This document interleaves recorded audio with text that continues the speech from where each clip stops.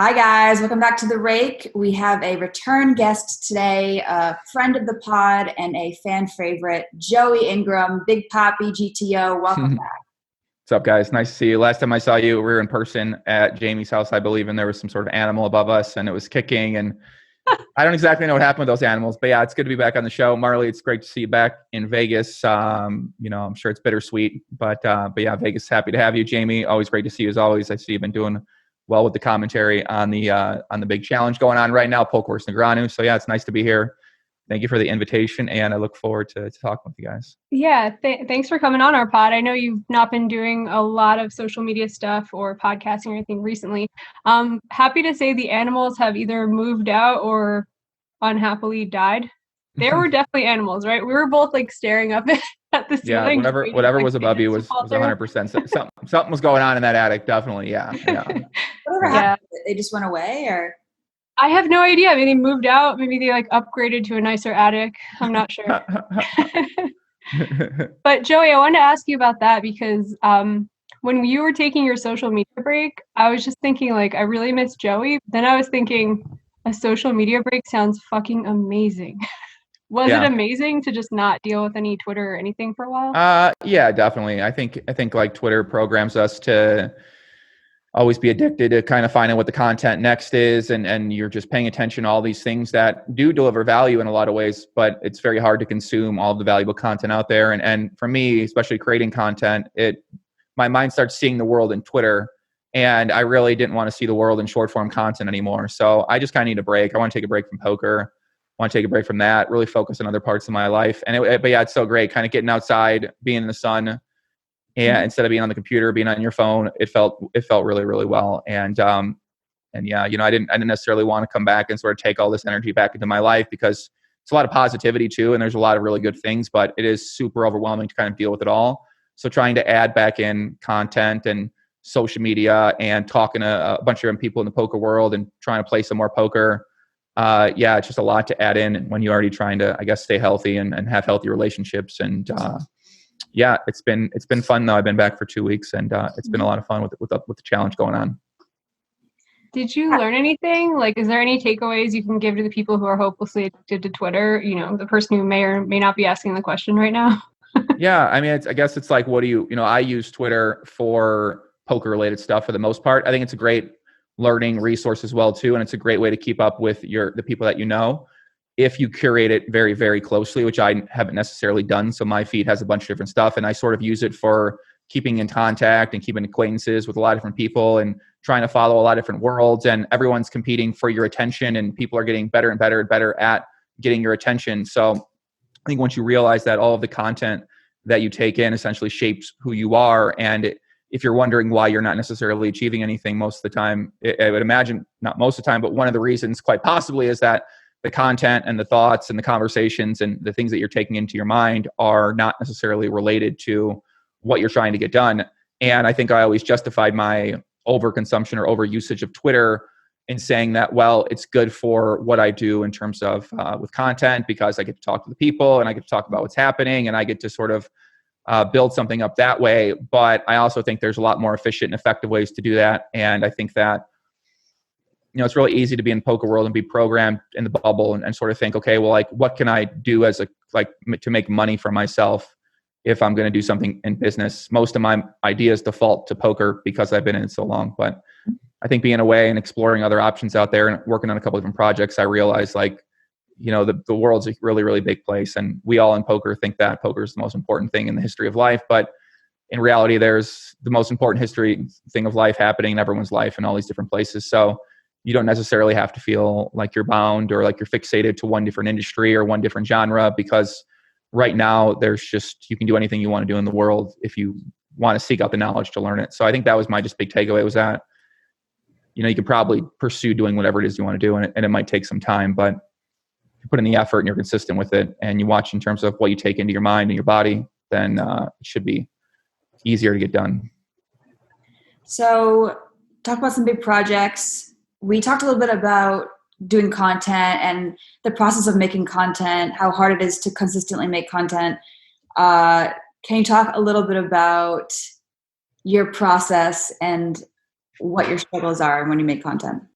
Yeah, I think my process, like I'm basically like an idea generating machine. So I probably have the greatest ideas in terms of content, I think in the world. I'd love to work for like a really big company and that has a budget to kind of compete and see what kind of stuff I could do with them. But I think in terms of content, it's just a matter of, for me, it's hard, just choose the format, because I feel like I can do a lot of different formats well. Formats meaning like there's vlogs, there's gameplay, there's podcasts, there's events, there's kind of analyzing a certain topic, there's news. So there's a bunch of different topics that you can choose, formats you can choose for your content, and then you can combine those formats and you can do a whole bunch of different things. And then you can work in other platforms and the idea of collaboration. Like there's so many different things that go into when you're brainstorming ideas for poker or for other genres, which is what I like to do a lot too. So my process for making content is I usually visualize everything first in my head. And then from there, I can basically make the video in my head in terms of what I want it to be and what I want it to look like.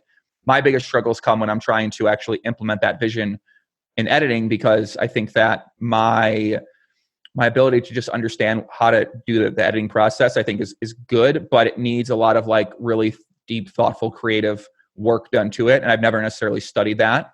So I think that's what my biggest struggle is just like sitting down, wanting to put in the 8 hours doing it, the 9 hours doing it, 10 hours doing it. And just having people around to talk about my ideas with. Normally that's just my own idea. I create it in my mind. I don't necessarily brainstorm it.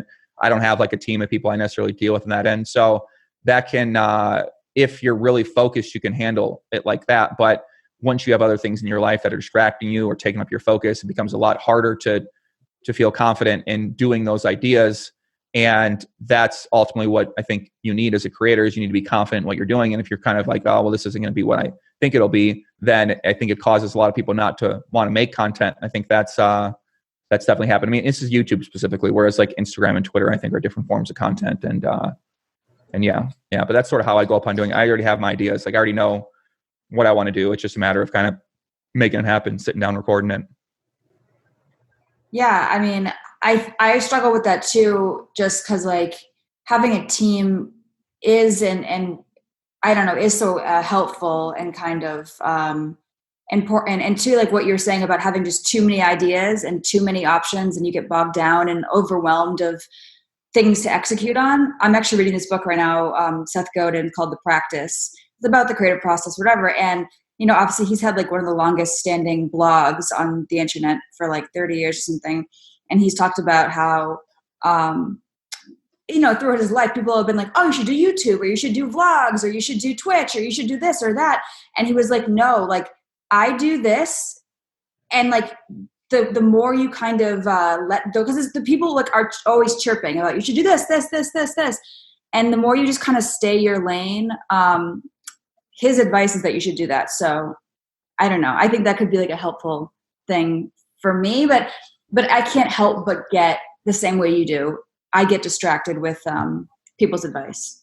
You know what I mean? Yeah, I think like advice is something I try to, you know, everyone's got an opinion about what you should do, where you should go, where you should pursue. I think in retrospect, I would have kept playing poker. Like I never would have done this in retrospect. Really? So yeah, 100%. I think I would have just kept playing poker, because I was already really, really great player. And if I would have just kept doing that, kept working, really expanded my group and really focused on there, and then started expanding to private games, that would have been by far the best option I think I could have done in retrospect. Because yeah, I think when you look at it as a business, like maybe long-term, I think I'll have a lot of success at business. I don't know if it'll necessarily be on a poker business, but I think that the cumulative of my investments that I have, and then, you know, kind of the business I'm a part of, I think I'm going to be ultimately successful from that standpoint. But I think that when you take on a public life, you just, you know, there's so much opportunity and so much distraction and so much positive, negative things that it really gets in the way of your ability to focus on a few people or a few things. And I don't really know how to manage that right now. And I think that's something that, in retrospect, I would have just stayed the course. I've thought about this a lot over the break. And I think like the poker business itself is, I don't know. It's interesting. I couldn't picture you just being a poker player. I don't feel like I know. I can't. I don't feel like it would be fulfilling to you. Like I don't even know if that course is like really an option in your life, because I don't know. Like, I see what you're saying. What I'm saying? Yeah, definitely. Yeah. I mean, I think my plan always when I started playing poker was to play for like 10 years and then figure something else out along the way. I wish in retrospect I had a better vision and a more defined vision, because my vision was literally I'll play for 10 years and figure it out. Me too. I got I feel like I got extremely lucky to find poker in the first place because I didn't necessarily have any other option that I could have made money for myself from a business. And then also I started doing content like in 2009 or something like that. So I was already like just thought about doing videos. And then I started my content in 2014. Little did I know that this would have been like the future wave of where things are going. And that's sort of where I'm at right now. I feel like more people in the future are going to have products, are going to have investments, are going to be more of like these, they do a lot of different things versus like just doing one thing. And I think that's where a lot of the trends are going. I think people are becoming more financially literate. I think people are starting becoming wise to how the monetary system and the game of wealth works that are, I mean, at least around the circles I'm in. Of course, that could be just the people I'm paying attention to and stuff like that. But I feel like I got lucky in a lot of ways to find that out now. And I wish I found these things out earlier. But I think I'm in a pretty decent position with the knowledge I've accumulated by building up a brand. And the amount I've studied over the past 3 years is just probably unnecessary. But yeah, I feel like I'm just trying to put myself in a good position where I can pivot to whatever I want to do moving forward here and find that fulfilling thing, as you said, right? Whether it's content or working with people or coaching or whatever. Yeah, I think poker for me anyway, because I have the same thing as you. I was like, oh, I'm going to do this for a while and then I'm going to move on to something else. I'm sure I'll be inspired by something, maybe through poker or through something else. But a thing I wasn't planning on was like making so many friends that I find like really impressive who are dominating some other thing. Like they played poker or they still play poker, but like Phil Galfond starts a whole business. You have people who get heavily invested in crypto. I've learned so much about crypto from just random poker friends. And then you learn about content creation from just like dipping your toe in something, right? Or like, oh, let's try podcasting, or like with Marley with vlogging. For me, I like writing, and I didn't think all of these things would come from poker. So even when I have like some regrets, I'm like, oh, I really wish I studied harder in the beginning when it was easier and I'd have so much more money. There are so many benefits from poker that I like wasn't really anticipating. And do you think you've grown a lot as a person through playing poker for this long? And like, are your connections very important for like the next step you're going to take? Yeah, I think definitely for I've grown a lot from my podcast specifically because I only studied poker. Like, I mean, I can't, it's like not an exaggeration. When I only studied poker, talked about poker, I was into sports a lot too, but mainly it was all poker all the time because I was like, to become as good as I want to be at this, like I need to be consumed by poker all the time. And once I started my podcast, that's when my mind started really getting open to like even diet. You know, I learned about how to have a diet on my podcast. Before I thought it was GTO to eat McDonald's and fucking Burger King all the time. So I remember I had Sean LaForte on one of my first podcasts and he's talking about eating nuts and drinking water. And I'm like, water, huh? Nuts? Okay. I like chicken. Okay. Like, you know, I didn't really know much about this stuff. And then over time, you talk to all these really, really smart people about, I mean, they're smart about poker, but they have some insight and some knowledge about other things that you just didn't know about. And I think that that certainly ignited my desire for wanting to learn everything I can learn about what's happening out there in the world. And yeah, I definitely have grown as a person. I definitely think that we all grow as a person, right? From just our experiences and relationships, the ups and downs, the business ups and downs, the health ups and downs. And I think as you get older, you start to maybe become more self-aware and think about, okay, what kind of person would I like to be moving forward in life? And what do I want my life to be in 5 years? And does that include me sitting on a computer and doing this for 10 hours a day, right? And then you start saying, okay, well, what do I want to do? And how do I want to spend my time? And how can I build that sort of life for myself? And what would that life entail me doing? And who would I be with? And what would I be doing? And I think doing a lot of that work for me has been super helpful because I just felt really lost, you know, past couple months. Yeah. So you did say that you have some ideas in the works. Can we hear any specific ideas or things? For which ones? I don't even need some I saw you've been streaming the Doug Daniel match, and you said that you have some content coming out soon. Yeah, I think right now I'm going to do the challenge just because it's something I'm really interested in. I've been really wanting to learn more about heads up no limit hold in general because I think that it's kind of stupid in some ways to just play PLO now, especially if I'm not doing it as a primary source of income. So I think that it's just no and hold'em makes better content. It's what more people play. It's an easier game to learn. So I think that, plus I've already been good at hold'em before in the past. I don't think it's hard to nowadays when you know the right people and you know how to study. I think it's easy to get better at hold'em, at least to a degree where you can understand what you're talking about and you can also play and beat up on weaker players. So yeah, I've been enjoying the challenge a lot. You know, I want to do more like candid talks. I've done a few of these where I've done these real poker talks where I just sort of get real and, you know, I sort of, I'm not super high energy. It's just more me talking retrospectively and sort of like therapeutic style. you need to be very vulnerable for that. So I don't think I'm ready to be there right now. And I can't believe you're talking about 2-card PLO. I just can't. I'd never thought I'd see the day where you were not shilling PLO super hard. You're like, Kerstetter, what is with this 2-card business? You used to like berate me. And then one time I said, I'm getting a little in PLO. I'm going to short stack just to see like how it is. And he's like, are you kidding? Like literally I'm on his podcast. I got berated for like 10 minutes straight about short stacking. What is this now? No limit? Who are you? Yeah. I mean, I don't know. I think just moving forward, if more of my focus and goal is content, then, and also doing more business, like the businesses are related to Texas Hold'em players oftentimes. So if you're mainly visible in the Potman Omaha world, I mean, that works too, but then you sort of have to create more. You don't have to, but I'm still going to be in a Potman Omaha world. And I have a lot of gameplay saved up where I did some 5K challenges where I start with 500, win 5,000. So I recorded a few of those. And, I always love the challenges and trying to like run up big stacks, play a lot of hands, play long hours. So I got a lot of gameplay ideas for things I can do myself. I basically like built a lot of formats that I can collaborate with anybody. And, one thing I really want to focus on is helping to build up other people in poker, which is kind of why I've been working with Landon so much, kid Landon, 21-year-old. And I think that the next generation of poker players are going to be the ones who carry poker in America specifically for the future. And the rest of the world has those people, but America doesn't have those people to look up to and aspire to be like. So I want to help get those people's stories out there because that's what I know how to do. I know how to help people get attention. I know how to help people tell their story. I know how to help people that want to be great and successful at what they want to do. So if you can find people who want to do that with either business or content or poker, then those are kind of ideal candidates. And if you can find people who are talented and who people like and who they're engaging. So that's what I'm looking for too. And, but right now I'm really just focused on this challenge. And I got Poker Mountain in the works too. Poker Mountain be coming 2021. What's you that? Guys stay tuned for that. Let's just say we're taking poker to the mountain. So that's what we got coming. Question, just because you were talking about Landon, what is that like? Because we've had him on the pod, and I feel like me and Marley both, after talking to him, felt more inspired to study poker. He has a very infectious enthusiasm for the game. Do you feel like an old guy when you're talking to someone who's like the young version of you, or no, not at all. I mean, inspired? He's basically like how I am about the other things I study right now. So like I've been studying a lot of investing and finance and business these past few months, and I'm just like, I would talk about that all day long. If I found anyone that liked those things and want to speak to me all day long about them, I would talk to them all day long about them.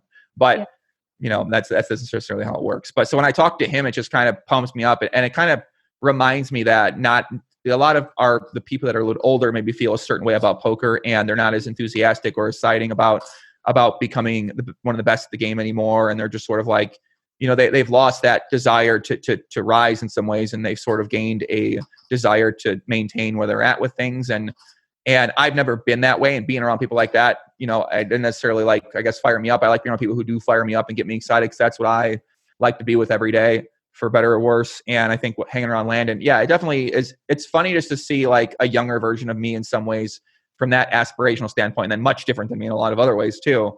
But I think it's great, man. I think that, we get along really well. We've known each other for a long time. And I think it's amazing. Like I love watching, I love seeing how hard he works and kind of the passion he brings, the desire he brings to want to get better at things. I just think it's phenomenal to be around. And yeah. How did you guys first meet? Because I know that he kind of he took the industry by storm, and he kind of just hit up everybody. Did he just message you on Twitter, or how did that happen? No. So he was like doing like my timestamps for a while. I get probably like, okay, like thousands of messages from people that try and get my attention. Everyone tries to get your attention. I'm sure Marley, you get, I see them at some of the DMs you get, Jamie. Mine aren't like collabs or like work opportunities. Mine are like, oh, let's go to a bar, let's go to dinner.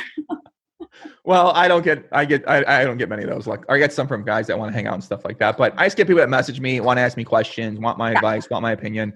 He was always in the chat doing like timestamps, and he sent me like a long message on Twitter. And I think I responded like, "Oh, I really like your passion. You know what I mean? Like, I love your fire. You got a lot of passion here." So we started talking with each other, and he was like a very low stakes player. He didn't really living at home, didn't have much money. And I just tried to help him believe in himself. I think that at the time he was lacking self-confidence, self-belief. And I think I know how to do that very well, is to instill belief and instill that if you really want to do that, all you got to do is do it. All you got to do is take the right steps, find the right steps and do it. Did you see something in him even back then? Because obviously you probably get hit up by a lot of people. No, absolutely, 100%. The first message he sent me, I was like, oh, he's talked like I think. So he was just saying things like, I'm gonna be this, I'm gonna do that. I used to do this, I used to do that, I'm gonna do that. I was like, oh, this is perfect. Like this is the exact kind of person that gets to that point and is driven that much. Is usually someone who has had success at some game, at least in their mind, they had success at that game when they're earlier. And of course, the more that they play and the more competitive they get and the more people they play against, you're able to actually verify if you are good at that game or one of the best in that game. And he's had experience doing that too. So yeah, I think when I saw that, it's just a certain work ethic and certain mentality that someone needs. And yeah, I mean, it's gone, it feels like it's gone fast, but it also feels slow in a lot of ways because, you know, I just remember, yeah. It's funny. It's funny thinking back on it. Yeah.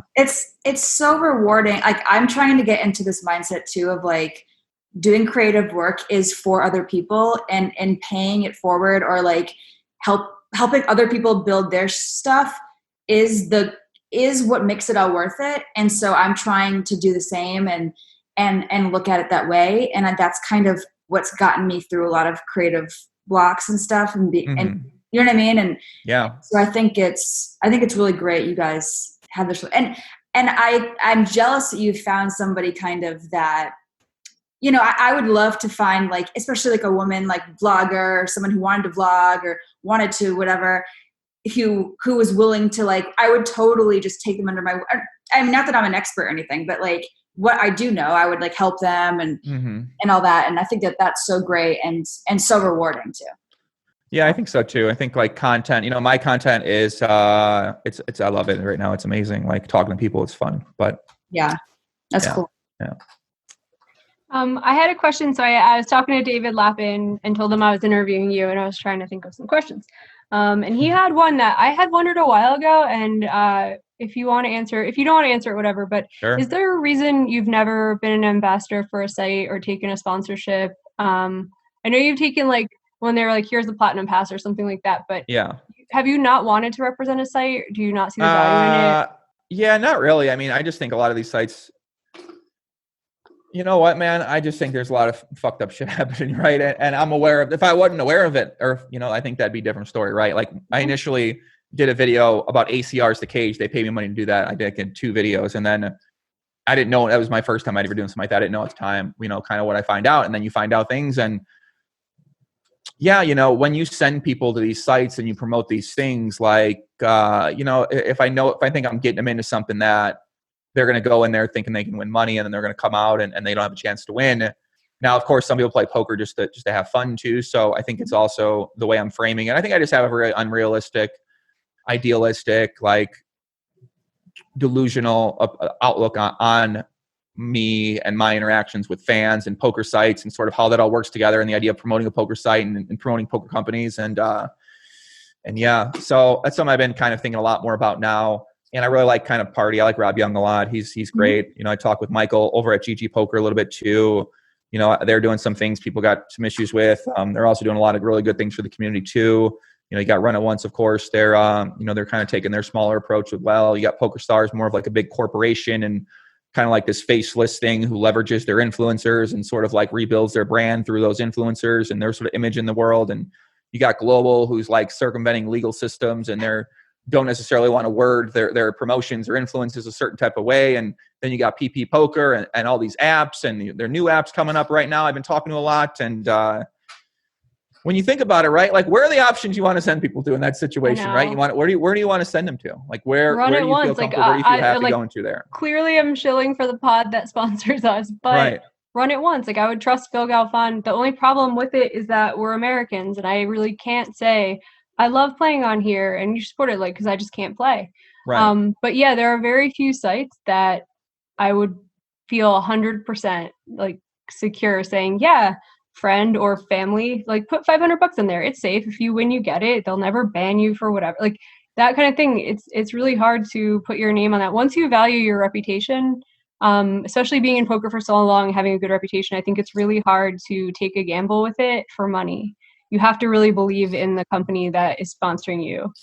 And I think you've been really smart not to go super hard for any company for an amount of money. I feel like that's why you're well liked and it's why people like trust you when you say, yeah, I would play here, I wouldn't play there, and you know, you haven't chilled so hard. Yeah. I mean, I think it's always something I think about, and in retrospect, it's probably not necessarily GTO for business. I mean, I guess it is GTO for business if I understand how to manage a business and make money outside of that, because the top way that you make money once you become an influencer or someone that has a brand in poker, the best way that you make money is by working with a poker site, because the poker sites are the companies that make the most money.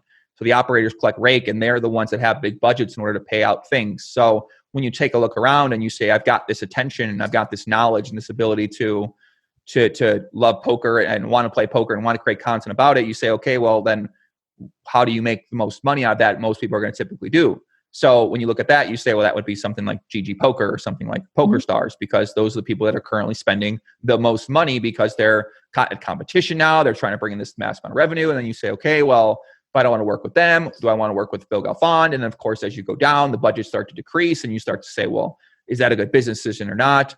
So then you start thinking, well, how do I build my business another way that doesn't include an operator in there? And that's primarily where I'm focused at right now, which is how can I build a poker related business in terms of either investments or partnerships or collaborations, or using my own content or media platform, or product related or service related, B2B, B2C, like what are all the iterations that I could possibly build? And then also, what can I just do outside of poker that is my business, whether that's something like, stock market I've been really interested in. I think stock market's super fascinating. I'm definitely going to be big in the investment world here coming up in the future. And that could be something where I could dedicate my time to. And I know a lot of great people that do that. So the learning curve wouldn't be high. It could do service-related businesses, which relate to marketing, helping companies get attention, helping them sell more product, helping them shape their brand, those type of things. So it's like, I'm deciding right now what route I want to take in that scenario. And poker operator, of course, would probably just be easier, right? You take that, you're done. That's kind of it. You don't necessarily need to do much. Then eventually you're like Negreanu and you got equity in sites, and you're kind of living this life where you have a nice fee each month and you also have equity. So you're going to be able to make money off dividends or any potential exit if that company does do that. So a lot of options out there. And maybe moving forward, I'll work with some poker sites because if I like what they're doing. But as of now, I've never really cared about the money. I guess that's what it is. Comes down to Jamie. I've never cared about being a good businessman. Yeah, I've run into some trouble with that. Like, it is very hard to, it's really hard to take like a strong moral stance against a certain poker company, especially if they're really big in the industry. If you have goals that, like, I love commentating, and if I was like, no, Stars was bad 7 years ago, I'm never working for them, and like, GG has Daniel and I don't like it, I'm not going to do that. And then you start like whittling down the jobs you can get, and then you can never get practice. If I really was like, I'm only going to work for a perfect poker site that's never done anything wrong, and they donate all their money to pit bulls, and they're not even like, you'll never get a chance to actually grow in these commentary roles and stuff. And it's just really weird. There's a lot of like very close choices, and I feel like the lines get blurred, especially when so many companies interact with each other so much. Like Stars and Poker News are basically the same thing for a while. I was doing a Poker News podcast. I also think Stars has like really rehabilitated their company recently.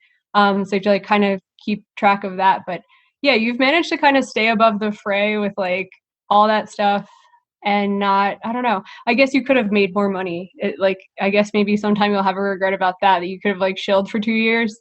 Made like a little bit. I mean, I wish I would have just invested my poker money way better. Right. I didn't, I just learned about investing and how to build wealth during my break. And I was like mind blown, because I go, oh my God, I'm such a fucking idiot. Like, I'd done so well at poker, and I just never thought about, you can make your money then work for you. So you don't necessarily have to be working these hours on what you do each day. You invest your money, and there's multiple ways to do that. I was just blown away, honestly, the idea of passive income. And I've heard this all the time. It's so cliche with the real estate thing and stock market thing. And I never really fucking got it. And then I finally studied it, and I'm just like, just in shock. You're still young, at, like, how much of a donk I was at this. I know, but you're young still. I feel like some people could be like 50 and not realize that they didn't have to work a 9 to 5, that they could have done other things. Like, I feel like you're, Yeah. I mean, now I have a plan in place, and I feel like I'm going to achieve what I want to achieve here in 3 to 5 years, hopefully.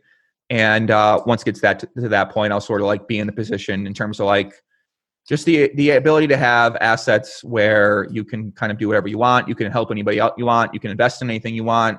And if I ever end up, but when I do end up building up my assets, I'm definitely reinvesting in poker.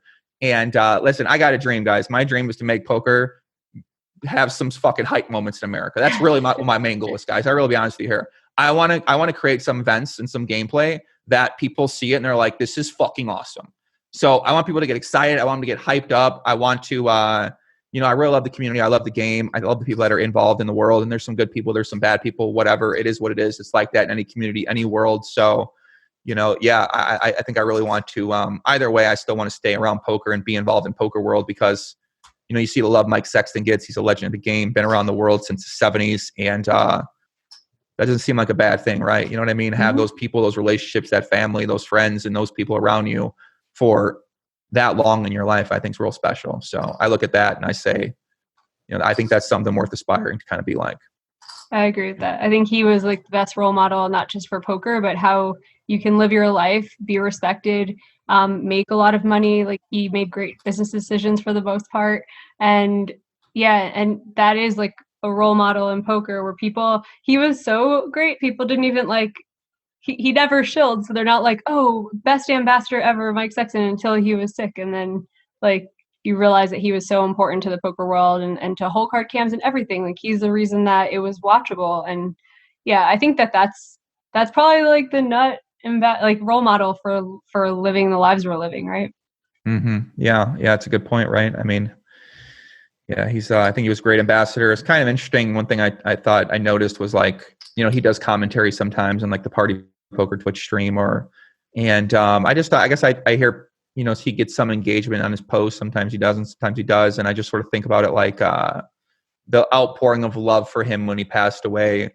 I didn't necessarily see that, the times he was kind of around and doing things like that too. So I just don't really know what my big takeaway from that is, but that was something that really stood out to me was that the outpouring of support. Whereas before I previously thought do people still support this guy or pay attention to this guy? And obviously there's a lot of content, there's a lot of live streams out there, there's a lot of people, but that was kind of something I thought more about. The people too. Closest to him definitely valued him though. And I think that's that could be the takeaway that Lynn Gilmartin and Tony and Vincent and Patton, all the people who worked with him closely valued his friendship and support and everything for his whole career pretty much. So it's if the greater poker community wasn't counting him as number one ambassador, that's their loss and whatever. At least they realized. Yeah, that was my takeaway actually. That was one of them really. Was that was that's a bad loss. This is a huge loss. This is one of our guys. This is one of the voices.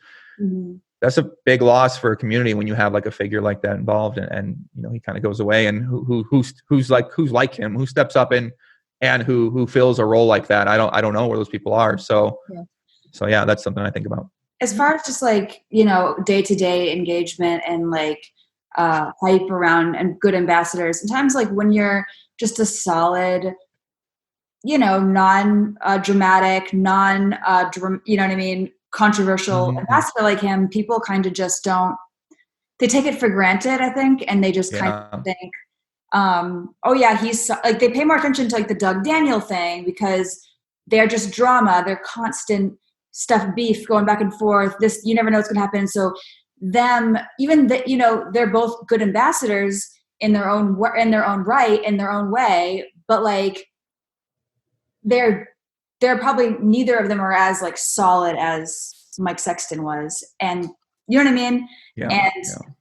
But they're going to get more engagement just because people like the drama. They like they're also playing too a lot, which is something to note. Whereas Mike Sexton isn't necessarily considered a player anymore. He's more considered on the media side, and something I've always thought about myself. I always consider myself a player, and then people consider me media. And I still love playing, but it's just it's distracting. It's so distracting to play because I just want to play all the time, and I still do well at it. So I'm why would I do media? Why would I do this business when I go back to poker? Kind of go back to the idea before I said about I would play poker in retrospect. But after getting to this point, I wouldn't play poker, but I wouldn't have necessarily grinded this hard to do this. I didn't need to. That's the thing, right? Is now I got to work really, really, really, really, really, really, really hard. And I didn't necessarily have to do that because I worked so hard at poker if I would have been smarter with my investments. So that's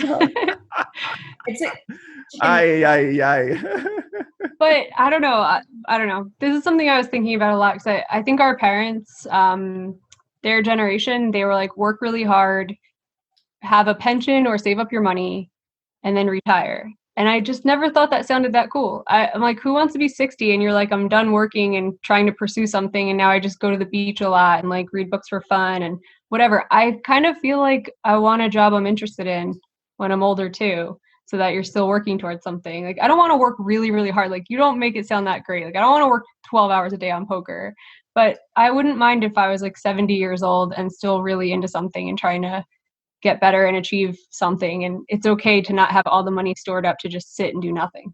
I need that.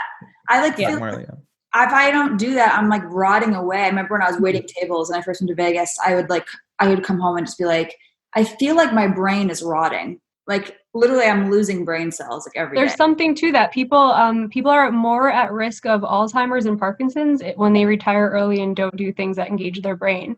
Yeah. So there is something to it. Like, humans are not meant to just relax and do nothing. Yeah. I've been studying what these 40-year-olds and 50-year-olds say their biggest regrets are in their 30s. And one thing they always talk about is 1, not investing money, 2, not eating healthy, right? And then 3 is working so hard. And I'm always like, fuck me, okay. So now I basically rebuilt my life where it's very health conscious, very movement conscious, very content conscious in terms of what I'm taking in, but there's some hard habits to break in there too. And like more of the investing part of things, right? I'm just basically, whatever these guys regret the most, like I'm going to try to think about doing those a little bit harder, because I can envision myself getting back there and saying, oh, I regret this. So I'm trying to think, what in 10 years will I look back on and say, wow, I shouldn't have done that. And inaction is definitely the biggest regret I have. Is just these past couple of years, I've had so many routes and ideas I wanted to do, but I spent a lot of time just thinking about it, brainstorming it, writing about it, like in my notebooks, and building it out, studying more and more and more and more. And I think I just didn't need to necessarily, I could have been more efficient about it. So that's one of my biggest regrets. So now I'm trying to not do that moving forward here too, which is, and I guess what you said about being 70 and not having something you're growing towards. And I think that's like, you can sort of reframe it and say, well, you choose what you want to grow towards. So if you want to be the best 7-year-old tennis player, the best 7-year-old chess player, like you can still progress towards something in that scenario. It doesn't necessarily have to be a skill that's going to return you some sort of monetary profit, I guess, on what you're doing too. So I guess you could think about it like that versus it needs to be work, or it could just be a hobby or activity. Mm-hmm. I forgot what I was going to say now. I had a question. I like totally blanked. Well, I have a question. Ben Wilanowski asked, how are you doing with this pandemic? Because you can't really get out of line. You kind of have to just chill at home and not do very much. So yeah. You know what I'm saying? Like, it's at first it was refreshing, right? Because I kind of liked the lockdown a lot at the beginning of it. Mm-hmm. And I'm sure I would still honestly enjoy it now. I don't mind being home at all. So it's not a big deal to me. But I know it's a big deal to a lot of people out there. And of course, there's a lot of other things kind of going out there too, right? But try to make the best of your situations. And with the lockdown for me, I didn't get out of line for a while. And then I kind of started it again. We found other ways to throw parties and do little events but they're not, I think I actually like it more, because when you're at a nightclub, or a festival, it's a bunch of people you don't know. Whereas if you just get together with like 4 to 6 friends, then it's people that you actually know and you like, and really when you go to nightclubs, like it's the main reason a lot of people go to nightclubs is like most people like the business development side of things, because when you go to these tables, it's a lot of biz dev. Like you bring people out, you show them a good time, you kind of take them around, you get drunk with them, you have a moment with them, you connect. Like that's sort of what a lot of people who use the nightclub for business do. And I know a lot of other people go there to meet girls. They want to talk to all the hottest girls in the world. They want to be around the DJs. They like that perception that they're someone, or they're important, or they matter, or they're above people because they have a table, or they're the superior status, I guess, in this like imaginary hierarchy that people have created here. So, that part of things I found so fascinating. I love watching the dynamics that happen at these tables. The girls trying to squeeze in there and operate on these guys. They think they have money, and girls will hook up with you just because you're behind a rope. Like it's fucking crazy. It doesn't make any sense. Like I would do like a 2-year study of just how this structure works, right? Because it's insane. So and then of course, there's the drinking, there's having a good time, dancing, the music. Like it's a lot of fun. I love dancing. I love having a good time. So it was okay at first, but now we put it back into our life, and it's not good because I'm on a 8 to midnight schedule, and you're up till 6 a.m. It's not GTO. So we interrupt this podcast with an important message from our sponsors at Run It Once. In case you missed it, Sit and Goes have officially arrived at Run It Once Poker, and if you're a first-time depositor, we want you to try them out. on us. If you make your first deposit by December 13th, you'll unlock 50 euros worth of S&G Select tickets plus an extra 20% rakeback on top of the rakeback already offered through our popular Legends Rewards program. And that's not all. You'll also receive our long-standing welcome bonus that matches 100% of your deposits up to 600 euros for 30 days. For full details, head to once.run/select. And if you're looking to improve your game, head on over to Run It Once Training, where you'll find the largest library of high-quality poker training content on the web, with 2 new videos posted daily from an incredible stable of some of the greatest minds in the game, including Run It Once founder Phil Galfond. Sign up today at once.run/learn, and you'll get free access to 3 of our elite level videos. And now, back to the pod. I wanted to mention something that was like a surreal moment where I had this realization that clubs are so fake. Like I hadn't gone to a bunch of them, but we would celebrate someone winning a bracelet or, anything good in poker, you end up at a club. This really beautiful girl just sits next to me. It's like 1 a.m. and just strikes up a conversation. We're just talking about, we're bullshitting. She's really cool. And I was just like, kind of like, I don't think I'm being hit on. I think this is just like friendly conversation. What is happening? Maybe she's interested in someone in the group I'm hanging out with. So I was like, oh, do you want to meet any of my friends? She's like, no, I just need a break. And I'm like, from what? She's like, oh, don't say anything, but yeah, like I'm paid to go to hang out in this club. And I said, what? She's like, yeah, they just like pay me to like dress up and hang out in this club and just talk to guys. And I was like, it's all fake. Like these poor guys, like who probably talk to her and think they have a chance. Like they really don't. She probably has a boyfriend or something. And it was just such a weird realization. I was like, man, Vegas is kind of dangerous with that. With like perception does not match reality at all. Yeah, they're called atmosphere models. So basically, they get paid like a certain hourly or fee, but they definitely hook up with the guys. So that's necessarily, and they might have boyfriends as well too. Yeah. But yeah, I definitely see what you're saying. I think there's mixtures of people. There's more like locals, there's industry, there's a lot of tourists, there's the paid people that are in there to be atmosphere models and engage people and make them have a good time. So Vegas is unique in that there really isn't like on the strip, there's not many like locals, I'm sure, that are going to these places. Like, so you're meeting a lot of transient people and they're only in town for a few days and they don't necessarily act the way that they're acting here. And it's sort of like this like paradise of escapism where you come here and it's like, oh my God, this is fucking nuts, right? It's packed and everyone's dancing, like people are making out, they're grinding, and you live back in like Ohio or something like that. And you're like, I've never fucking seen anything like this in my life. So yeah, it's like, it definitely, Vegas is a crazy illusion that when you're here, it's right. It's reality to me. It's reality to you guys. Reality living here, but when most people come here, it's not their reality. It's like this paradise in some ways, and yeah, when it's just, so I find this all interesting when I talk to people and get their opinions and stuff like that. But yeah, the nightclubs,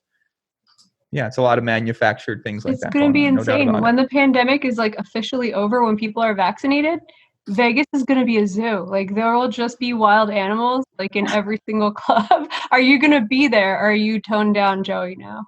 Well, I think it depends. Like I have a lot of goals for what I want to do with content. And I want to have, here's what I'm thinking, guys. So you guys tell me what you think about this, right? I'm thinking, right, I want to combine some sort of like Christopher Nolan with Kanye West with like Michael Bay, right, on everything. And I want to somehow put poker on top of that. That's sort of where I'm going to. That's the vision I'm working towards, with the visual effects, with like the storytelling, with the strange art Kanye West is kind of into. I love studying his sort of art stuff. And once you understand, like, it's about the people that you find that can do these things and the team that you could bring around you.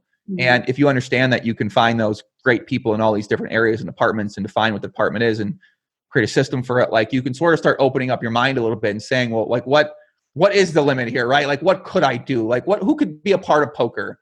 And I guess I just use poker as like it's like my default, right? All my ideas sort of go around poker. And anytime I get an idea that's outside of poker for another event, I'm like, let me make it poker first. And then I'll worry about a music event, right? I'll sort of, how do I combine music with poker? How can I create something like that? So that's where a lot of my things are at now, because I was working on events during the break and I came up with like a different music event that I think I'm going to do. And so that's kind of, I don't know if they answered the question, to be honest with you guys, but well, I wanted to, fired up. I wanted to pivot a little bit and ask you about Big Shelves, your girlfriend. I see her helping you out with the stream. I see her helping you out with your mental state. I think we need to give her some credit for the new and improved Zen Joey. How big of a role has she played in your new transformation?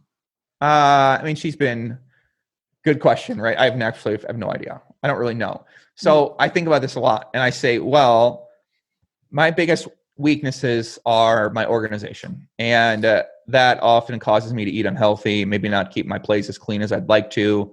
And of course, when you have somebody around you who does those things, that's very helpful in those areas. So that's been a great help there. And I think just like balancing me out in a lot of ways, I get a little obsessed and balancing me out, kind of bringing me out of that obsession. But then I also kind of resent it a little bit because I like to be obsessed with what I'm doing. And when I can't put my all into it in terms of what I consider my all, I have a little like, oh my God, I'm like not doing as well as I want to. Like, this is the reason why. And, I sort of feel very particular about the kind of energy I want to have around me and the kind of attitudes I want to have around me and the kind of support system in terms of like, what is an ideal relationship for myself. So when I think about that, she helps me out with a lot of really key areas of life.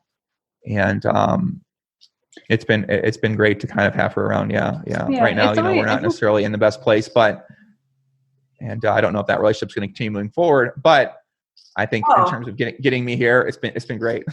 Oh, did I touch on a sensitive subject there? I mean, not really. And all this stuff's sensitive in some ways, right? I don't really mind talking about it, but yeah, it's all sensitive in some ways. You decide like you share your thoughts and you're opening yourself up to judgment by people all the time. And that can be a fearsome sort of thing and sensitive sort of thing like that. But so yeah, that topic is same as other ones to me. I think especially when you're struggling in a relationship with someone, it's really cool that you can still recognize the positives that they brought to your life. Like, even if you're not like thrilled and, we're going to get married and have 20 kids. It's cool that you led with like that she's helped you with certain things that you feel like you really need help with.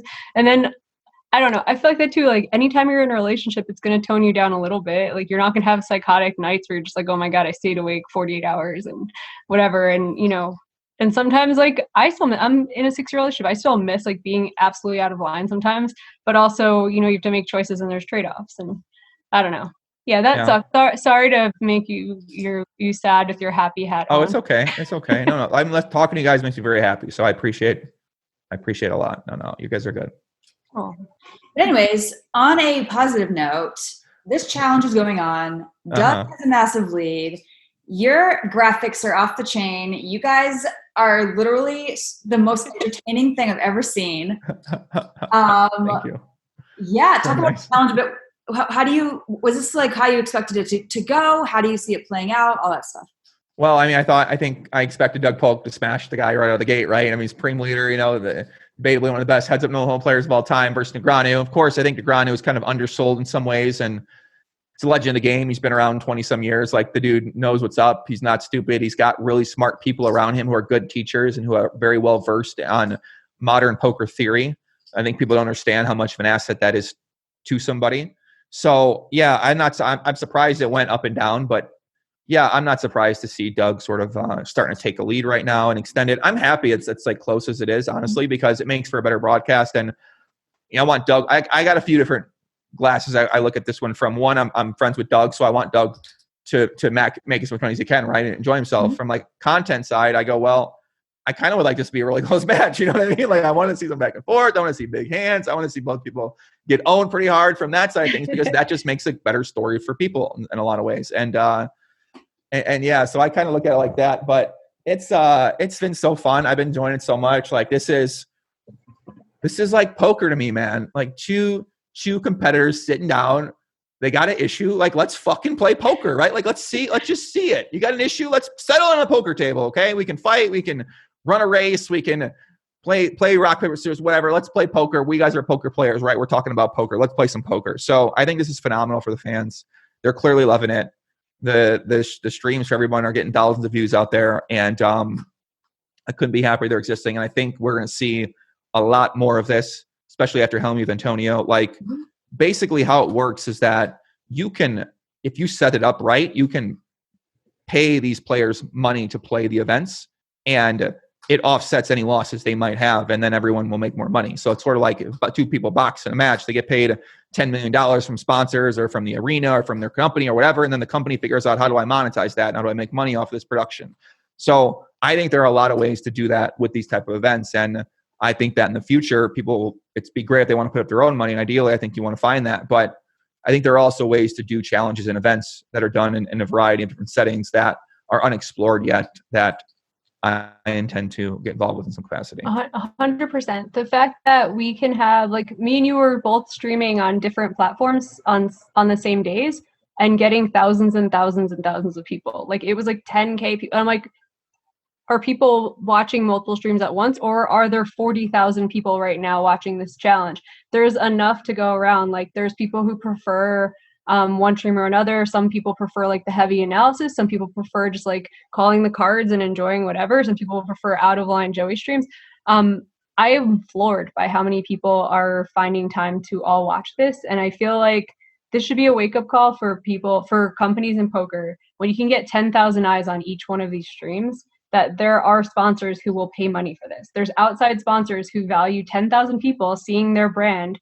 And we have to go harder after those people, because I feel like we only target like, oh, maybe 888 will sponsor this thing. It's like, why 888? Like, why aren't you going to like some, like, I don't know, like some private jet company or a watch company? This is what I'm doing right now, Jamie. Mm-hmm. What you're saying, I've realized that instead of thinking about why they're not doing it, I do it myself. Yeah. And that's why I started content in the past. Was like, I was just like, you know what? Like, no one's talking about PLO. PLO is awesome. Like, no one's talking about PLO. I got to start talking about PLO. And then that was why I started doing content at all. Was I was just like someone's going to do this, I'm going to do it myself. So I think that's what I see here with these things is like, well, I understand why is because it's a relationship building game in terms of getting those advertisers. And nightclub goes back to the nightclub. This is where I learned a lot of these things from, right? Like watching other people do this in the nightclub, they take their business out, they have a good time. Then you get to know people, and that's how business is built a lot of times. Like the people I do business with, I've known for years. I really don't do business with many people like unless I've known them for a long time, and I really respect what they've done. I feel like they're trustworthy. Like we can provide value to each other on that level as well too, and that's sort of what I look for when it comes to possible business. And I think that you just need to seek out these companies. There's so many brands that, as you said, 10,000 eyeballs, 5,000 eyeballs, right? Like that's valuable in some way. That's valuable somehow. There's ways to create an advertisement or work in an advertiser to create value for them to the point where they're willing to pay a nice amount of money for that. Even in a nightclub, like you're touching on like an obvious one. Excess can just sponsor your stream one day. Like if it's in the summer and we have a bunch of poker players and 10,000 eyes are on your stream and you're like, Excess tonight, like they could pay you $2K to do that and they'll probably make up the money they've spent. And you're wanting to broadcast it anyway. So like any amount that a company wants to pay you, it makes sense. Yeah, that's something I just started exploring. I just got my first official advertiser actually on my show to this degree.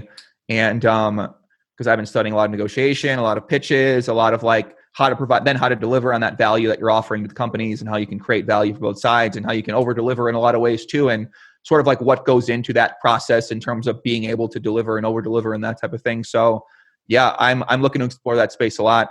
Of course, I'm looking at in poker world first, and I'm trying to find companies that just don't market their product well enough that are good products, because oftentimes you can have a great product, but just have a real poor approach to marketing. And, you know, we definitely see that in a lot of industries. So that's what I'm looking for now. I'll talk with some poker sites as well too. Maybe I'll work with one of the sites. And it's been fun, man. What do you guys think about the challenge? Marley, you've been watching all. What have you been doing, Marley? Where you been, kid? You're all loved up in Europe now. You're over there for like a fucking year. You're posting wedding photos on ring photos on Instagram. And now you're back in Vegas for 3 months, Marley. What are you doing with yourself, man? You watching this challenge? I've been watching it on and off. I definitely have caught a bunch of it. Loving the Die With Zero sponsored hand highlights. Great feature there. It's entertaining. It's fun. It's cool to see this much eyeballs on poker. And yeah, like you said, I'm just loved up over here in La La Land. I'm engagement ring shopping. I'm dress shopping. I'm just wow, it's real. When are you guys planning to get married? Probably don't have a ceremony until 2022. But cool. But but yeah, I'm just, obviously Spraggy's been doing a ton of content. We're really a dream team there content wise, and in many ways, but professionally too. And he's really just been a great sounding board for me. Like, I come up with so many ideas and I'll just throw them at him, and he'll always say, like, you can do it, but know that people are going to come down on you for it. Like, here, like this, if you want to do it, this idea, like, you better really like brace yourself for the backlash. Yeah. And so he keeps me in check, and then him too. He's been coming out with some great content, and I'm just looking forward to continuing that. But it's similar to like what you said before too, about the deeper I get into this creative stuff, I find myself wanting to just go back to just grinding. And I think it's because when I feel like I don't have the blueprint, or I don't know what the steps are, I feel a bit lost, or I feel a bit confused about, okay, like now I think of another idea. I just want to go back to what I know and what's simple, which is just sitting down, playing some, especially live, just playing live cash, playing some poker tournaments, whatever. That to me is like, I know how to do that. It's just like, a lot of things happen when you play live poker too. Like I sometimes will just put Twitter down for like 2 weeks and not really have any funny things to say. I don't have anything creative. I'm just like, I'm just mostly reading other people's stuff. Whenever I play live at all, I'm like, I have 50 funny tweets, because I know, the shit that comes out of people's mouths, the things you see when you're at the casino, it is so funny. And just, I don't know, I feel like that has to help you for your vlogs too. Just like the creativity that can come from just having a bunch of weird interactions with people. It helps. Yeah. But like, I was playing last night and this guy just won a pot and took all the black chips and put them in his pocket. Like, didn't realize that you just can't, you can't just, like, this isn't blackjack, buddy. Like, you can't just do that, And so people were wacky, and you definitely see some characters and stuff. But like, for me, like Joey was saying, like, I can get overwhelmed very easily when I'm doing something that I don't necessarily know how to do, or even something that like no one's ever done before. And so I always go back to my comfort zone, and it's me constantly pushing myself to be outside my comfort zone and push boundaries and push buttons. And it's it's really tough. It's really tough. Yeah. The reframe I've learned over break is for that situation, because obviously I deal with that too, right? All the fucking time. And like the reframe is that you look at uncomfortability as like the joy, right? Comfortable is not the joy. Uncomfortable is the joy. And once you hit that uncomfortable spot, that's when you know that you should keep pursuing that more and more. And now that's real tough for me to kind of grasp. I'm like, you know what? Maybe not, right? Maybe I don't want to keep being uncomfortable every single day with sort of like the places I'm pushing my ideas or content or whatever. I think with you, Marle, I know we talk about this all the time, like in terms of, content or direction, like kind of for you personally, like I the more I learn about TikTok, like your personality is basically made for TikTok. And it's also so easy to make content on there because you do these like 15 to 60 second things that leverage trends and use trending audio. Like I feel like you on there you'd be blown away by the amount of reach and attention you'd get for doing nothing poker. And I know that's something you've always thought about for yourself in terms of like with your skits and with your ideas and kind of being funny, being creative. And I think you're on a really good path. And if you stick with it for the next 3 years, like you're probably going to be a fucking god at doing it. Right. But it's like making it to that 4-year mark, 5-year mark of doing the kind of things that you want to do, and trying to improve on it too. But yeah, I think you kind of, I think you're on a good track with your ideas, and at least like pushing yourself to do them and get outside that comfort zone as well. It's tough. And you're right. It's like, I try to look at it too, like, I'm just trying things. And if it fails, okay, now I just collected more data. I know that doesn't work. I try something else. It doesn't work. I try that. It doesn't work. And just keep trying and keep throwing shit at the wall and seeing what sticks. And yeah, you're right. And it's going, you mentioned this to me before, and I actually made a TikTok after you said that to me, and I'm thinking about posting on it, but it can get like, I get like spread thin with doing too much. Yeah. You know what I mean? Like I'm doing the podcast, and I'm like doing my YouTube, and then I'm doing TikToks, and then I'm doing whatever. It's like, I don't know. I just need to focus. I don't know. Maybe I just can't multitask. I don't know. I'd recommend taking something out and putting in TikTok for like a few weeks, and then you're gonna get back and be like, holy fuck. All right. I already know this is what you're gonna because it doesn't work like any other platform, because the reach that you can get is organic. It's different. So anything that you make can pop. So, and then once you pop, like, you never know what you can do with that attention, right? Then you start working in poker, and then all of a sudden, like, as long as you have these channels and these outlets, you offer value potentially on that end, either through your own products or services, through other products and services. So if that's something to think about and worry about, then that's also, you can collaborate with people too if you get attention well, and people know you for your comedy and your skits. So it kind of opens up that door as well. And with that said, those are also bad possible distractions indoors because, you know, as you said, you spread yourself out too thin. So I see pros, but I also see cons. Definitely. You know that, so Instagram randomly kicked me off about a month ago out of nowhere. And obviously at first I was like pissed because obviously I had 20,000 followers and whatever. And then after about a week, I was like, this is great. This is like a forced vacation. This is a forced step away. I'm not as disciplined as you. I can't do it for myself. And so I'm so hesitant to get something else, another social media. Because now I just do Twitter. That's all I do. I'm so hesitant, but like you said, it's kind of like, this is why dieting's so hard, because you need to eat. You need social media if you're a content creator. So you can't just go cold turkey. You can't just cut it out completely. I 100% know what you're saying. It's very easy to like ban something from your life. Yeah.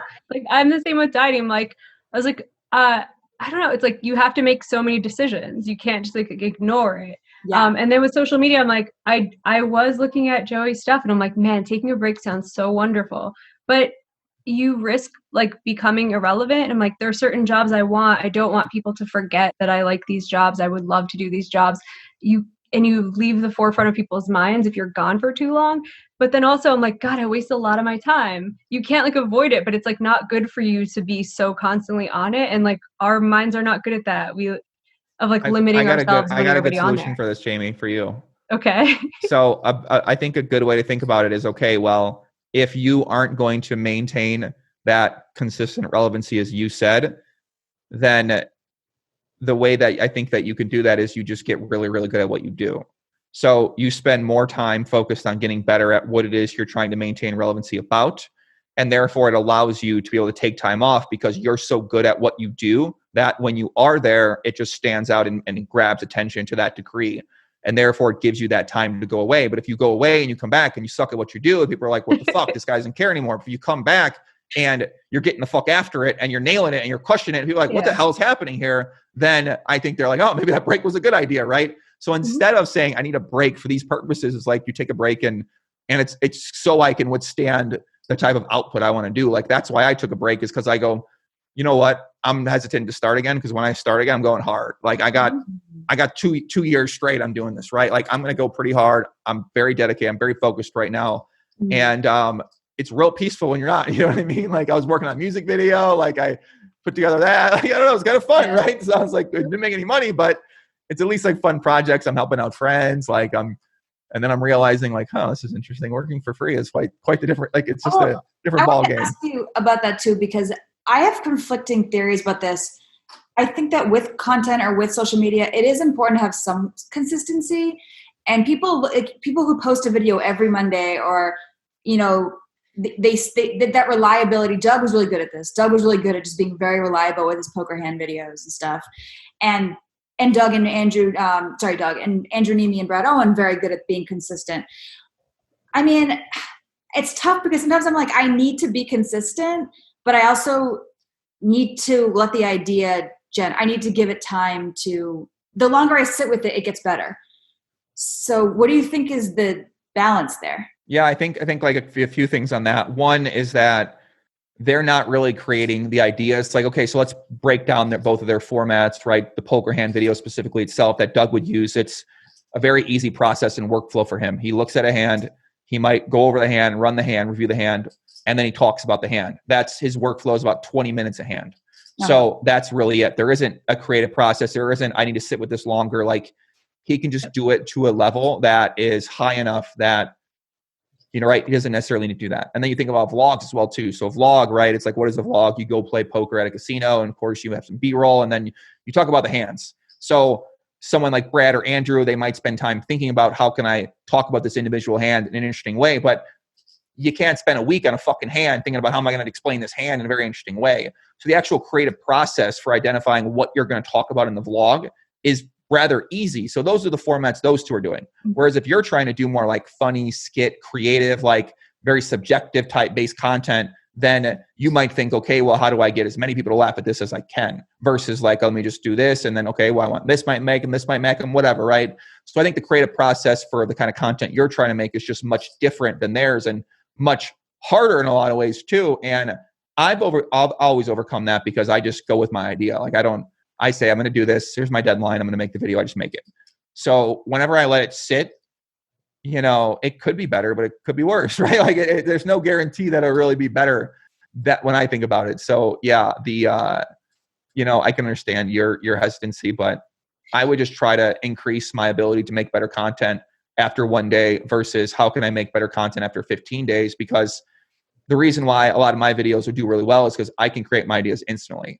Like if something happens right now in poker, I can make a video on it tonight because I already know how to create the idea, how to edit it, exactly how I'm going to do it. So that comes from a lot of experience. And that's something I really worked at for years was because like I didn't have an editor. So I said, okay, well, I want to be able to edit my own thing instantly anytime I come up with an idea. And that's what I want my workflow to be. So I always come up with the idea for the entire process in my mind straight away. And then I can just kind of implement it and do it. And I don't rehearse it. I don't write anything down and do anything like that. So I built my way up like that, where other people build their processes differently. And you can do that if, like, let's say it's a business and you do one video every 2 months. If you have a really good viewership and you have sponsors and advertisers to support on what you're doing, then I think you can pull that off too. But it all depends on what your goals are with content. I think you can definitely do that, kind of the approach you take with it, and have success. But on YouTube specifically, the name of the game is consistency. Exactly. So you're either really high quality or you're really consistent. So if you aren't any of those, and maybe you don't have necessarily targeting the right market with kind of the humor that you want to do too. So it's like, that's going to be challenges that you might see in terms of the results that you want to see and you want to achieve. I have a tiny piece of advice, Marley, because I think when you first started going to therapy and it was like having a super good effect on you and you put out so much content like right in a row, I feel like if you saved some of it, like if you like stored up some for when you're not feeling creative, that might be a good way to do it so that you're consistent, but you're not like forced to have a video out when you're not feeling it. Like make 3 in a row if you feel amazing for a week, and then just put it out. Yeah, you're absolutely right. And I know, and I did that. So that for that 1 week I put out 3 videos. I was literally like a manic, and I realized you could actually go too far the other way too, like too much content. People literally can't, like even like Rogan, he comes out with like 4 podcasts a week. It's like, even if you're the biggest Joe Rogan fan on the planet, how could you ever fucking watch all his content? It's too much, man. And so, yeah, you're right. I definitely that's something I need to store them up and to save for a rainy day. And honestly, like I quit therapy. I did 12 sessions. I loved it. I just didn't like the woman I was going to see. I need to switch, I might try more of a mindset, an Elliott Rowe type thing for a while, and then maybe go back to a regular psychologist. But I really can't even say what exactly she said to me, but she ignited something. She ignited something in me that like I just have this very thin layer of like self-doubt or like second guessing or something holding me back. And when the minute someone like peels that away, I'm just like, I just go. So yeah, it sounds like I did therapy as well too recently. And I think for me, I noticed like me just talking about these things out loud with somebody who I didn't feel like was judging me and would offer an alternative perspective that was very, not necessarily based on my reality because they only know a certain part of me, but they kind of, I found that a lot too, where I just talked about things and I got it out of my head. And that really helped me sort of understand a little bit better where that might be coming from too. So that was a big thing about therapy was the first time I went, I go, oh, this was the perfect idea. Just someone to talk to about this shit. Because it's simple. Yeah, it's like simple. someone to be vulnerable with in a lot of ways.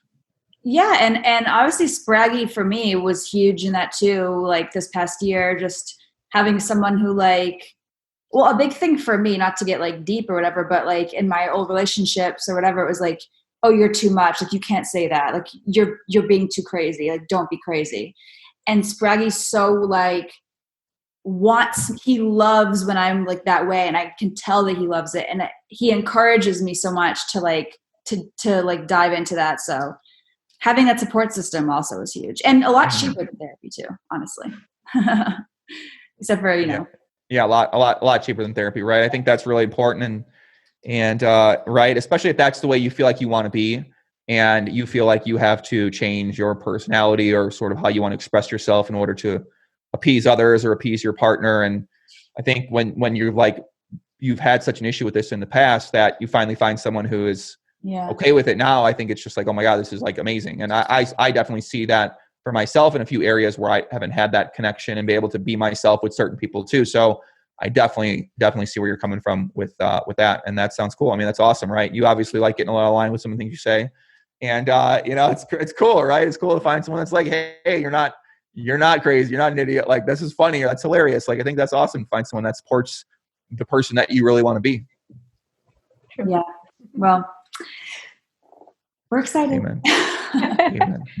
Yeah, this has been a fun pod. You're always a good guest, Joey. Thank you. I'm glad you got your break and that you came back. I was like, is Joey leaving?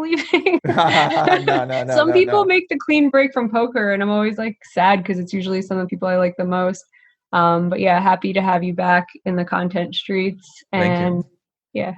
Yeah, no, I agree. I always think about that too. Like, God, I really like when someone leaves, it's just like Doug leaves. You're like, fuck, man, you know, it makes things so much more exciting, fun. And I was like, oh, it's probably people think that for me if I left. They're like, no, this isn't quite as fun. Joey's not tweeting out random shit or, you know, posting hands or getting hyped up about something. So yeah, I think it's cool. I appreciate it. I mean, it's very nice of you, Jamie. And yeah, I look forward to your small break you'll take here coming up very soon. But you've got such a unique role in poker of this kind of unbiased, neutral voice who will dive into things, and you don't have any people. I mean, of course you have your friends and you have your people know you have your, you know, affiliates or whatever, but but you are the most neutral person. And I think that like, if we lost you, it would be a big loss. So yeah, I mean, I try to stay neutral and, you know, even when like the people I know, if they get out of line or do something crazy, right, I sort of want to be able to at least have I do a lot of talking now behind the scenes. I've learned from my mistakes in the past. Like, I've been really private with these investigations and getting issues fixed. And turns out you can have a pretty good impact behind the scenes too, getting issues fixed. So that's sort of what I've been doing a lot of. I get a lot of messages from people like, hey, you know, there was one during break where I helped a woman get back $1.3 million from a casino online. So it's like, but you know, that's a perfect thing. You publicize, you blow it up. Like, could have been huge. You could social pressure on these. But I was like, you know what? Let me try a different way with some of these. So I've done this with the past few things I've got messages about, and I'm still working behind the scenes on those issues. It sucks because I don't want to publicize them as much because it leaves such a negative taste. I want to feature positive. I want to feature. There's great things about poker happening. Like, you know, we see poker one way, but like Landon sees it another way, and the guy who I know plenty of people who come to Vegas and they're so fucking happy to play poker. It's like their weekend to just shine, their weekend to have to just be somebody. And you got to remember those. There's way more of those stories than people who've been around for 10 years that are like, you know what? I mean, the fucking solver kids are coming. The child, you know, I really want to study the solver for 10 hours a day. You know, like it's so it's easy to have this viewpoint, like, you know, we're done with it. But there's so many people who love it so much. And that's how I've always felt, that I just try to surround myself with more of that kind of energy and more of that kind of vibe. And I know it's hard because, you know, the most vocal people are kind of into other things now, but I'm going to do my part. I'm going to put my fight up. And I mean, Jamie, you do a great job of that. Marley, obviously you're in the streets, you're grinding hard, streams, Instagram. Oh, you're kicked off. Never mind. Twitter. Never mind. We lost her. We lost Marley. It's too soon. Don't bring it up. Yeah. They love you on there, Marley. I mean, listen, I don't know. Maybe you got the boyfriend. They don't love it as much. But well, it was right after I got engaged. So I lost like over 100 followers the day I got engaged. And I'm wondering if all the thirsty creepers formed a union and all reported me and got me kicked off. That's my report to you. It's certainly possible. I mean, yeah, that's really funny that you lost followers due to your engagement. And makes sense. I mean, I guess I don't know. Yeah. You guys got any other questions? Anything else you guys want to talk about? I don't know, man. WSOP main event happening this week. What are your quick thoughts on that debacle? That's this week? It's coming up, yeah. The 8th? What's the date for that? 4th? Is it on 14th? The 10th or something? I don't remember. That was 10th. 10th, yeah. Or it's in a week and a half, yeah. Yeah, so I mean, can you guys put me on some game? Like, how's this working? Is it a 1 day? Is it a 4 day? What's multiple days. So they found some way with the software. I thought they weren't capable of like having a multi-day tournament, but they are. I think it's 3 days. I could be wrong. It might be 2 full days playing down to a final table. That might be it. And then the final table will be in person. Yeah. Yeah. And then the winner will play the winner of the European event that's taking place at King's Casino. I don't know where it's taking place. I'm sure you're right. But for $1 million free roll, which is pretty sweet. Now, this is actually fucking awesome, right? Because this is a really, really sick idea. And I mean, you get the US guy versus the Europe guy, and they're giving $1 million away. This overall idea is phenomenal. If we weren't in a pandemic, and if we didn't already have a World Series main event, and if they maybe spent more time marketing the event, right? Like there's things that could have been done a lot more efficient, more better. Of course, people are complaining like pandemic, you make them travel and stuff like that. I understand those viewpoints too. I understand World Series of Poker want to put this event on. Of course, it brings them in some revenue. GG Poker is going to be able to get more visible as well too. So it's a win-win for World Series of Poker and GG to put this on no matter what takes place. So I think from a business standpoint, it might not get the same turnout, but I don't think it matters as much. From a player standpoint, don't you guys like more tournaments, right? Like a big thing to get excited. There'll be some fun players buying a 10K. Like if you're a good poker player, you probably gotta like this being the case. But from like a health conscious thing, if you're more worried about that and you're very, depending on what side of the coin you fall on there, I could see some big issues with this, but it's not necessarily impacting many people. Let's say it's 2 people that are impacted by the flight out here or something like that. Maybe they bring their family, there's 6. Like, is it that much of a big thing to say like this shouldn't be done? I don't know. What do you guys think about that? It's not a huge thing. I think one of the problems that people touched on was that the tests aren't extremely accurate. Like if they're doing a rapid test and Marley makes the final table and they give her the rapid test and it says you're positive and you take 9th place, that would suck. So I think there is some risk and things like that we really don't know the mechanics of the testing and stuff like that. So I don't know, whatever. I'm all about it as you are with like more events are better, more hype around poker is better. I like that there's what do you think, Marle? running around it. Yeah. You like it, Marley? You like this whole thing coming up here? Well, I think it's funny because when it came out, I mean, obviously we live in our own little Twitter bubble of like regs and whatever, but obviously I think everyone I saw was pretty outraged about it on Twitter, being like, oh my God, and like, this is so disgraceful and it's a money grab and it's this and it's that. And I tend to agree with those. And I'm not saying those are bad sentiments, but then you talk to them in real life and they're all like, oh yeah, I'm playing. Poker players will get all moral and they'll do the right thing publicly, but then when push comes to shove, like when there's value, they're going to show up with their wallets open and ready to play. So when Venetian did those like Garrett, like the caps on how much was in the prize pool back in, last year, regs were still there in line, registering the tournament. You know what I mean? Yeah. Like they don't give a fuck. And I think it's the same thing here. Everyone I know is playing it. I'm not playing it, I don't think. Maybe I'll change my mind. I didn't plan on it. Just I played the other one back the GG one. The GG one, yeah. And it's whatever. I mean, people are gonna play it. It's gonna be good value. And yeah. Oh, Crouton has some thoughts apparently. Crouton, about you in? this. You want us to get you in, kid, or what? What are you thinking? Oh, you are. No, my God. Okay. Nope, he's walking away. Never mind. He wants to play cash. He's out. He thinks it's a terrible idea. Yeah, I'm looking forward to it, right? Anytime you can create an event for poker that gets people excited, I want to try to support, and I think this idea is going to do that. People are going to be excited. Hopefully they handle it differently than the last time they did this event, but and we get to know who the players are. So that's all I hope for. I want to know who the players are at the final table. Yeah. Cool, man. Well, it's been a pleasure as always. Thank you.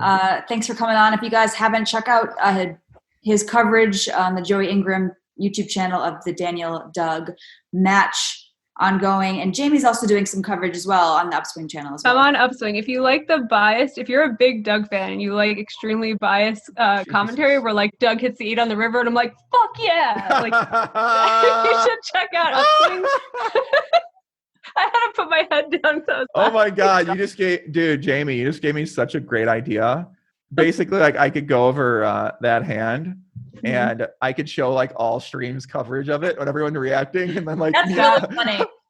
How great that'd be! So I good. put my head down because I was about to just like cheer, and I'm like, it's okay. The Upswing stream, like we own it from the beginning. It's Mike Brady and I. We've worked with Doug for years, and we're just like, let's fucking go, Doug. And the people in chat are like, why are you guys so biased? And we're like, scroll to the top where it says Upswing Poker, Doug's site. Yeah. I mean, Brady's been on upswing since day one. Shout out to Brady, working hard as always. Of course, you know, you've been with the guys for a long time too on the team. So it's like, yeah, just like me. They're like, are you like, they don't like this. It's too biased. I go, I've been friends with Doug since 2008. Like, what do you want? I know Daniel. Like, what do you want me to talk? What are you talking? Like, you guys wouldn't support your friend? It doesn't make any fucking sense to me at all. So I'm not mean or I'm not like unsupportive to Daniel, but I certainly cheer for Doug a little bit harder than I would. Same. I think Daniel's playing well. And like, I think the only type of bias that I find annoying when watching a stream is when people can't separate their friendship from the play. Right. Or if Daniel's playing really well, and I could even recognize that because I'm not a heads up player, I'll be like, oh, sick call by Daniel, or like really nice value bet. I'm rooting for Doug to win, but like I'm not going to let it affect the way I feel about how somebody else is playing. Right. And I think that's where like there should be a line drawn there. Yeah. Marley is giving us a tour of the apartment. She's showing off the outfit today. She's like walking around, working her. Sorry, my light just died, and so I'm trying to find some light here. But I just moved in, so it's not exactly. Hello, welcome. Whatever, but yeah. Happy to have you. I guess that's it then, guys. Yeah. It's been fun though. This is good. Yeah, Thank you, ladies. It's been a great time. Great talking to you. You guys boosted my mood very much, so I appreciate it a lot. Good. We're happy. We're really happy that you came on, even though you had a very out of line weekend. Oh yeah. Well, I told Marley messaged me, right? And I was like, listen, Marley, it's not fucking happening tomorrow, but whenever you ask me after that, I will say, I automatically will say yes. Okay. Cause you asked me 3 times, right? You asked me 3 times. You really want me to come on? I'm on. Let's do it. So the 3rd time I was like, let's do it. Right. Let's make it happen. So it's perfect. I mean, listen, like I said, it boosted me up a lot today. So I appreciate it though. It's great. Awesome. Well, thank All right, ladies, you. let's catch up soon. Let's talk soon. We'll see each other on the Twitter sphere. Sounds good. And thank you guys for listening, and we will see you guys next week. Peace. Bye.